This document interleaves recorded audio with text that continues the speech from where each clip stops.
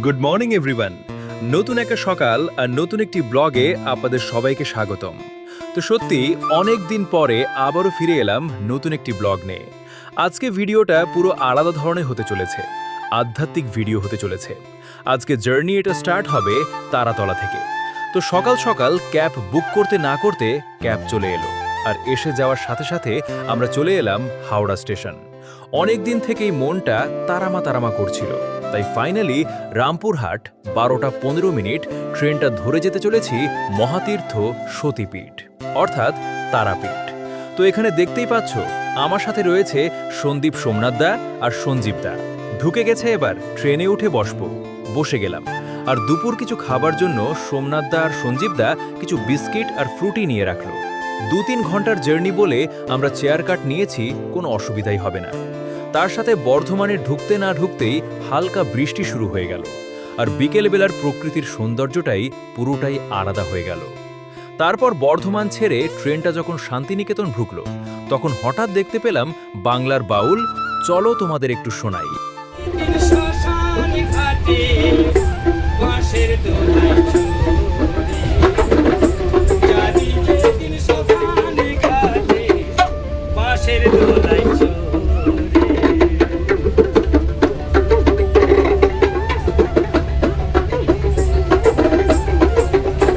নামটা বলুন।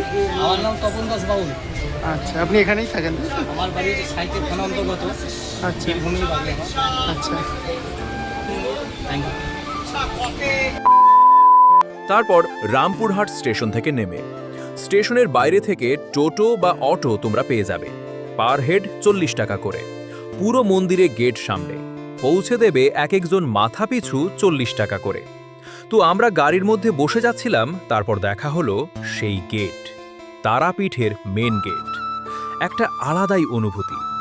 এমনি বৃষ্টি হয়েছে, বিকেলটা শান্ত, তার উপরে এই সাদা গেট, আলাদা অনুভূতি।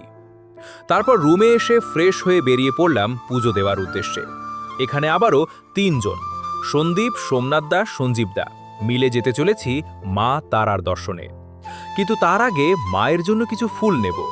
তো এখানে দেখতেই পাচ্ছ আমরা 4টি মালা নিয়েছি। একটা মালা বানাচ্ছে পদ্ম ফুলের মালা, মাকে পূজা দেব। আর তার সাথে এখন সন্ধ্যা আরতি হয়েছে, তেমন কিছু ভিড় নেই পুজো দেবার, কিন্তু আরতি দেখার জন্য ভিড় জমেছে। ফাইনালি পুজো দেওয়া হয়ে গেল। এখনো অনেকেই পুজো দিচ্ছে। এই যে রাস্তাটা দেখছো, এটা হচ্ছে পুজোর লাইন।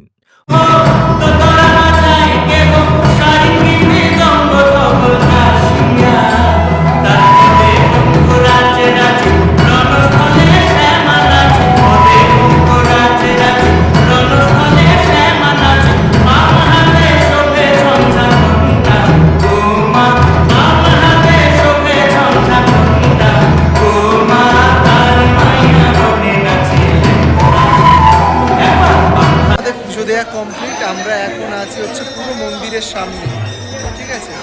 এই সবাই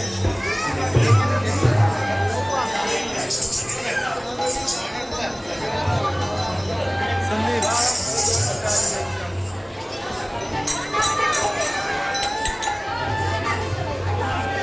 তো বন্ধুরা, ভিডিওটি এখানেই শেষ করছি। ভালো লাগলে লাইক, কমেন্ট, শেয়ার করবে, আর অবশ্যই চ্যানেলটিকে সাবস্ক্রাইব করে পাশে থাকা বেল আইকনটি প্রেস করে দেবে। আবারও দেখা হচ্ছে নতুন কোনো একটি ব্লগে।